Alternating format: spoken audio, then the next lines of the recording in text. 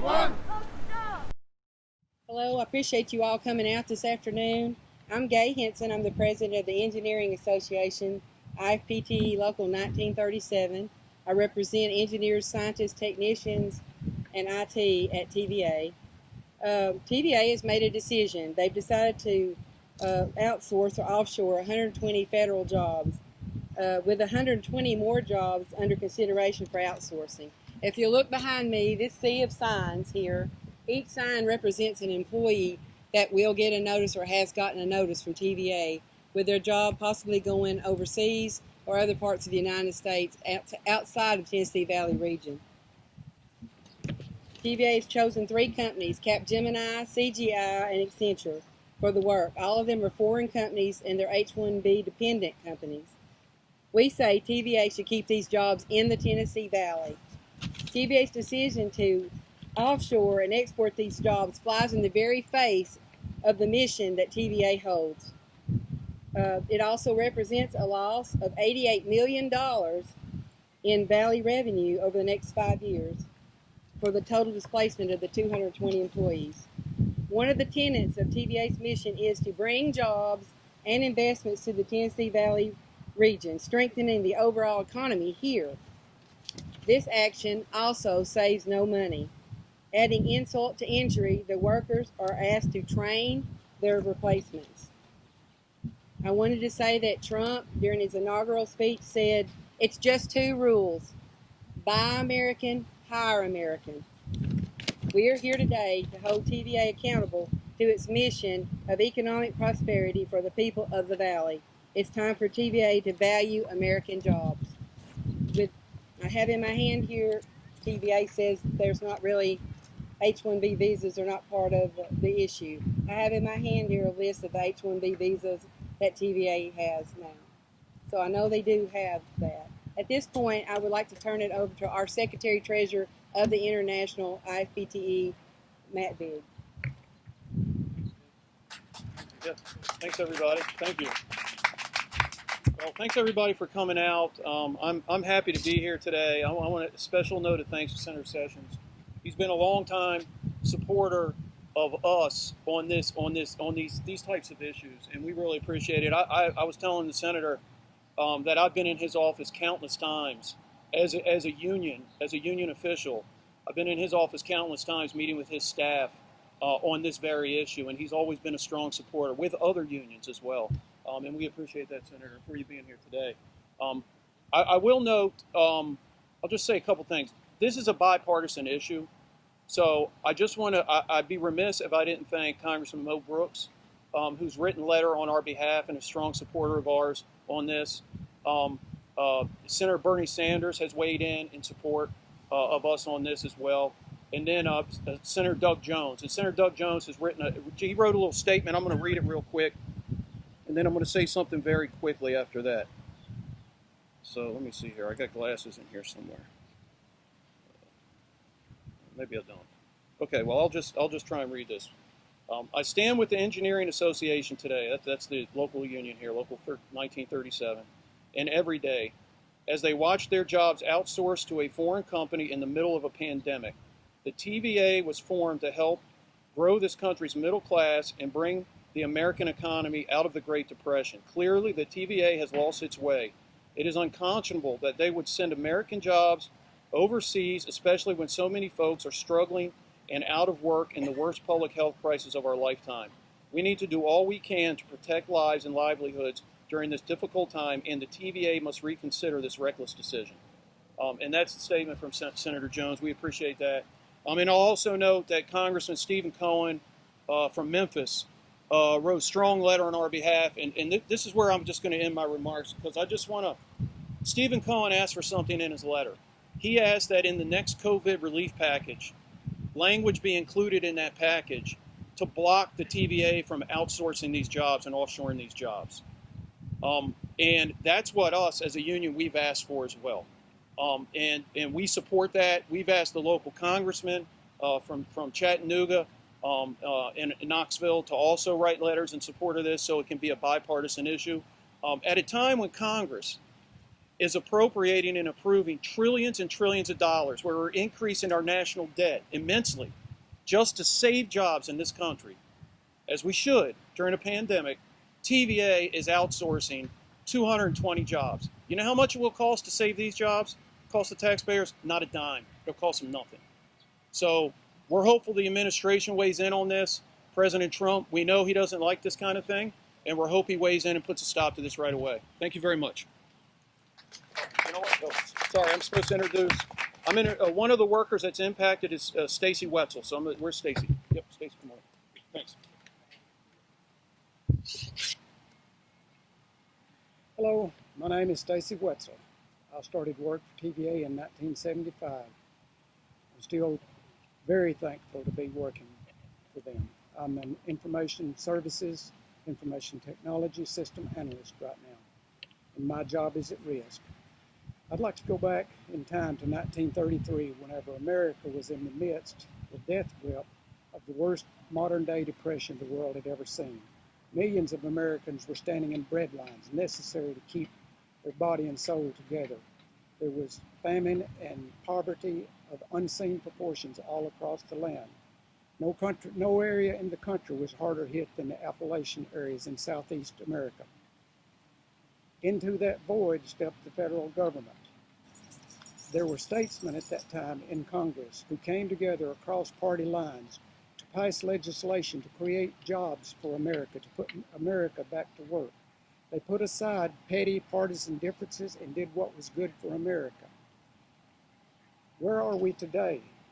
Today there's millions of people unemployed in America, millions of Americans.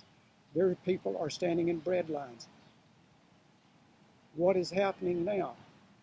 TVA, that was created for local support and local economic benefit, is being undermined from within by a handful of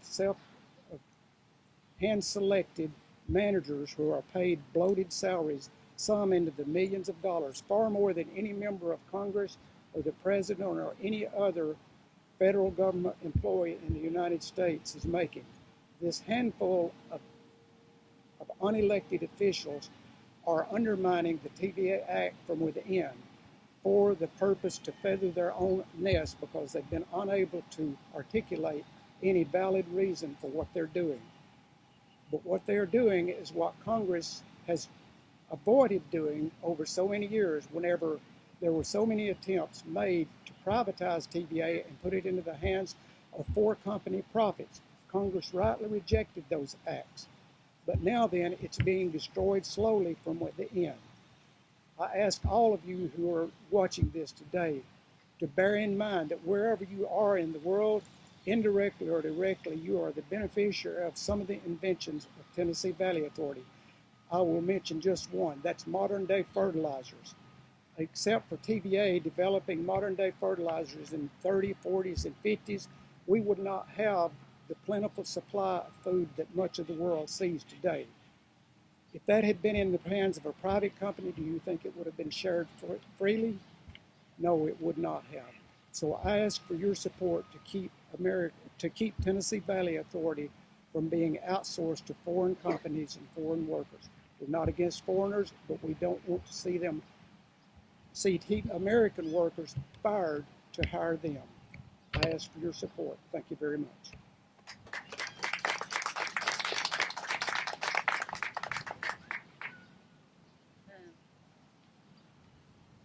Hello, I'm LaDonna Sellers. I work at the Sequoia Nuclear Plant.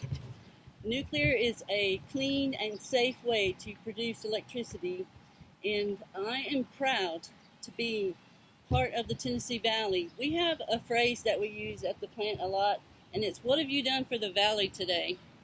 And sometimes we use it as a little joke, but sometimes we're serious. And so what have we done for the Valley today? We've done a lot, and we will continue to do so as long as we're allowed to. This year alone, my department, my peers, have raised up to every challenge that we've been presented. In January and February, we worked 12, 16 hours for the 0-day patch that the Secret Service had put out. You know, it's very important that we have that done. And so we did that, working feverishly to get it done on every possible machine that we have.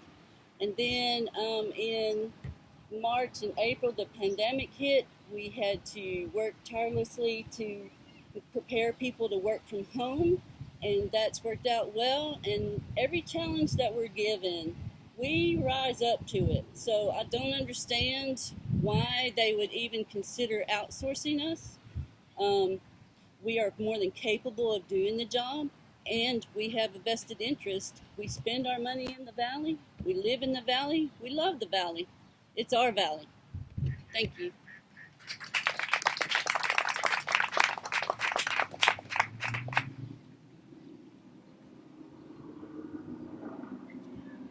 Hello, my name is Kevin Lynn. I'm the founder of US Tech Workers, and we founded US Tech Workers about 3 years ago to really look at the impact that offshoring and outsourcing of our tech jobs was having on our most productive workers. And over 3 years, what I've learned, ladies and gentlemen, is there are a lot of myths in America, and some of them are very good myths, the Protestant work ethic. But there's other myths that aren't very good, aren't very helpful. And one of these myths, or it's more of a cult, it's the cult of neoliberalism. It's this belief that companies and individuals should be able to freely move people and capital across international borders so as to maximize profit. And what we're seeing play out here in TVA is a result of this cult of neoliberalism and policy of globalization. Now, it all started to play out really after the fall of the Berlin Wall. Fast forward to the early 90s. You might recall a phrase creeped into our lexicon. And that phrase was, there are jobs that don't have an economic right to exist here in America. So what did they do? Some of our most productive manufacturing jobs, they moved overseas to low-rent countries. And then later we began to hear there are jobs that Americans don't want to do, whether it's in meatpacking, landscaping, construction. Now these jobs have been pretty much insourced completely, leaving our most productive class on that end of the skill spectrum without a lot of hope and certainly with very little opportunity. Now, what do we hear today when it comes to our tech workers, our most productive workers? We're hearing that they can't find Americans to do these jobs. Ladies and gentlemen, that is rubbish. These people here at TVA are doing these jobs. What's happening is this. They are taking these jobs, they are using our employment visas against our productive class. The H-1B visa is a great example of this. They bring in a worker that will do the work for less, will not require benefits, and is easily exploitable. They have this belief that the American worker is expensive, undeserving, and frankly expendable. Now, how does this play out here at TVA? Globalization down to the TVA. Well, they're looking at three companies, as Gay had talked about earlier. Capgemini, Accenture, CGI. And what they will do, these are H-1B visa dependent companies. And that means that more than 15% of their workforces are here on H-1Bs. So what they're going to do is, after a period of training where these Americans who can't do the work are going to train these H-1B holders to do the work, they're going to replace them. Now, let me tell you how they operate. Let's look at Capgemini. In the last 30 days, I know 3 people that were laid off by Capgemini. All of them American citizens, 2 of them naturalized citizens. In the case of 2, they were working at a hospitality company. None of the H-1B workers were laid off, but they were. In the other case, they were working at a retailer. This fellow was put on what they call the beach, fired from his job there, and replaced by 2 H-1B workers. That's how these guys roll. They do not want an American workforce. And so that's why we're here. We have this, what's going on at TVA right now is a watershed moment. And the workers behind me, and if you go down this road and you see the signs, every sign represents a worker. More than 200 workers are looking to fire and outsource that work outside of the region. And we have to fight back. But fortunately, we're not alone in this fight. We have people like Senator Jeff Sessions, who's here today, whose actions have been 100% congruent with his desire to protect American workers. And he has been absolutely amazing at it. So I'm going to cut short my speech, and I'm going to open the floor up to Senator Jeff Sessions. Good. Thank you, Kevin. This is really a opportunity. I think it's sort of a watershed moment for us to understand exactly what's happening in this economy today. I remember about 4 years ago, not far from here in Madison, Donald Trump, candidate for president, came here. That was the day I endorsed him, put on that hat. And do you remember who was here on that day, on that platform with him, with us that day? There were 4 people from Disney. 4 people, I believe, or more maybe, from Disney who had been laid off in just this kind of method, where they were forced to train their replacements. People who did not know the job better than they did not were not prepared to go to work that day.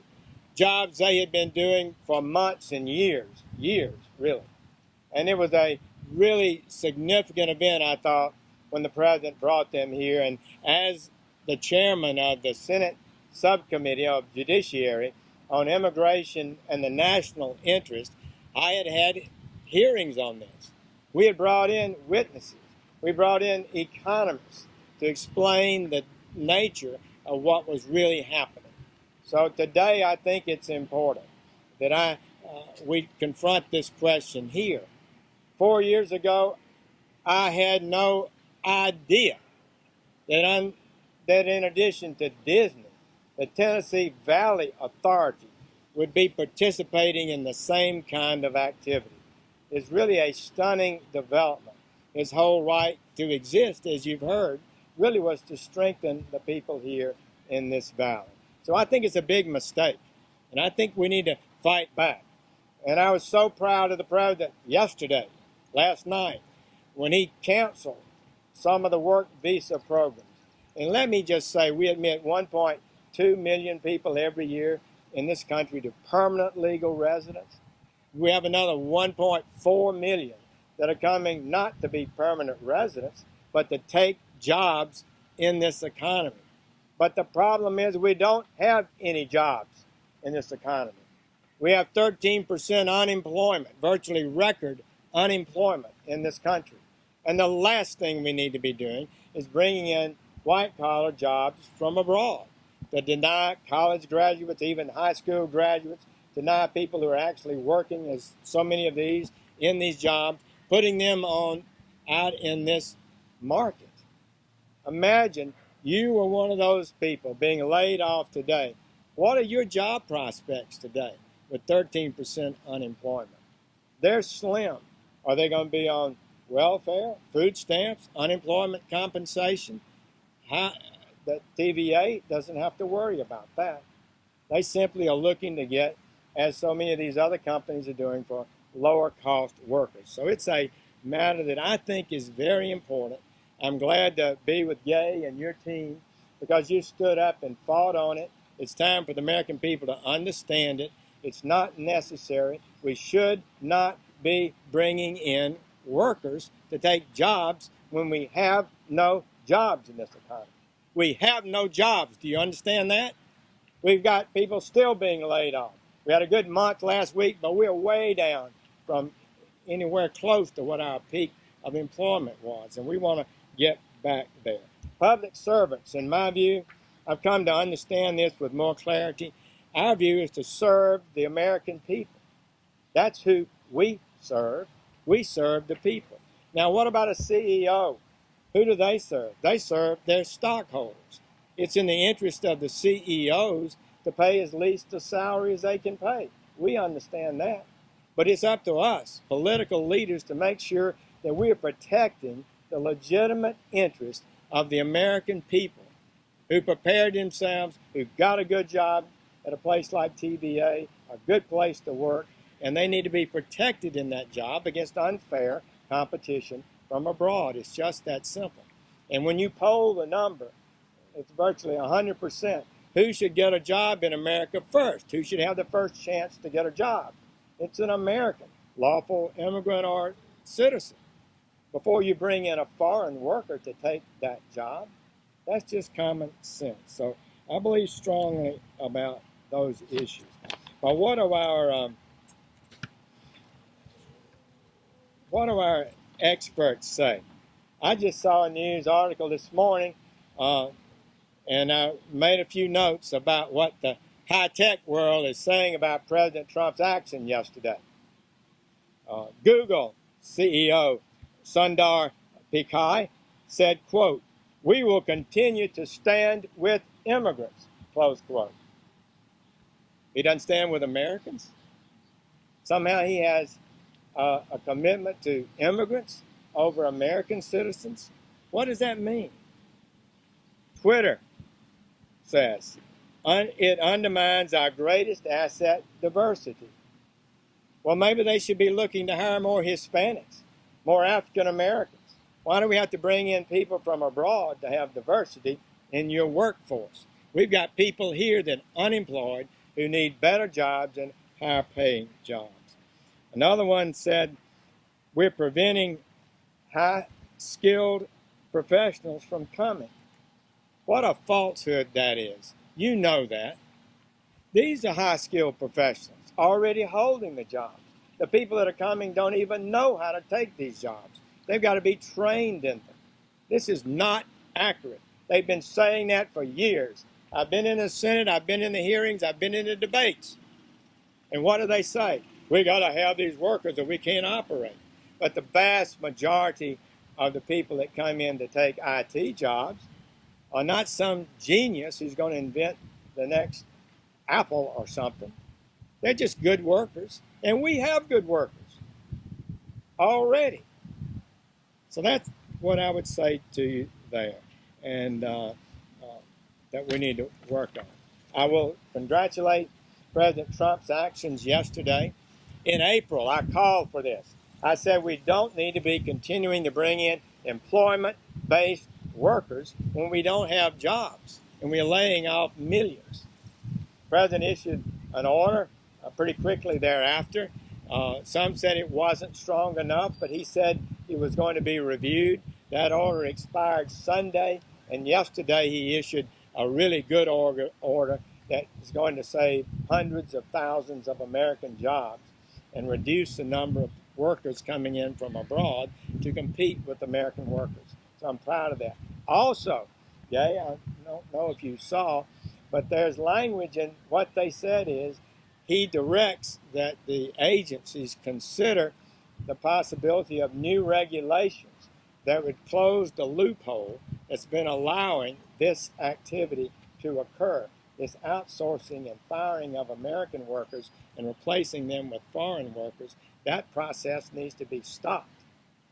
And there's a loophole that allows it, and it's been going on, and they figured out how to do it legally. But it's really contrary to the intent of the statute in its original form, and I'm hoping we can get that done. But regulations take some months, 6, 9 months, a year, to get actually done. But he said he would consider that, and we need to all work hard to make sure that's done. So thank you all for being here. Thank you all for standing up and speaking up. I really think it's shocking to me. 4 years after we appeared in Madison with victims of this very process from Disney, to be in a position where TVA is victimizing 200 of its employees in the same fashion. I don't think it's acceptable. It's not right. you can know that if I'm in the United States Senate, it's going to stop one way or the other. I will not participate in allowing this to continue. And I'll say one more thing about outsourcing in this world. You cannot allow people to be able to search the world for any job, bring in people, and lay off the American worker, whether it's a forklift operator or a computer operator.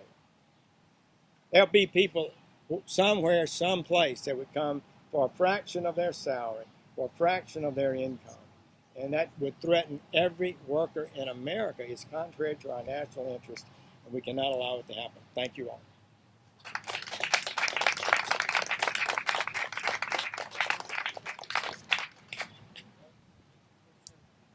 So, thank you all. Thank you all for coming today. We really do appreciate the support.